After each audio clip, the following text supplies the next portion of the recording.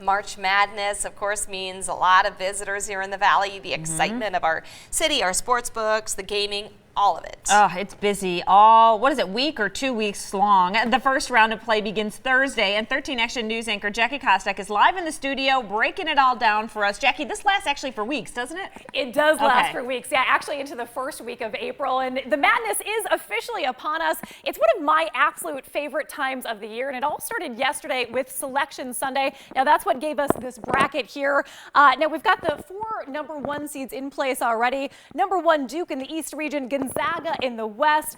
In the South region, we've got Virginia, and in the Midwest, North Carolina. Our Nevada Wolfpack, they're down a number 7 seed competing in the West region. Now, they'll take on a number 10 seed Florida on Thursday.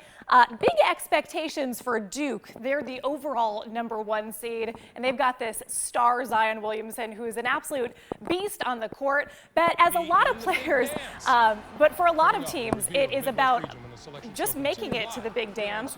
And here's something crazy. Of the 64 teams that have a chance at the title, only 1 will win, which means 63 teams will go home on a loss. So how can players, teams, and even fans deal with the disappointment, the dismay, the heartbreak that comes with loss? Well, UNLV psychology professor Brad Donahue says after a loss, we should all focus on the process, the journey, and what went right.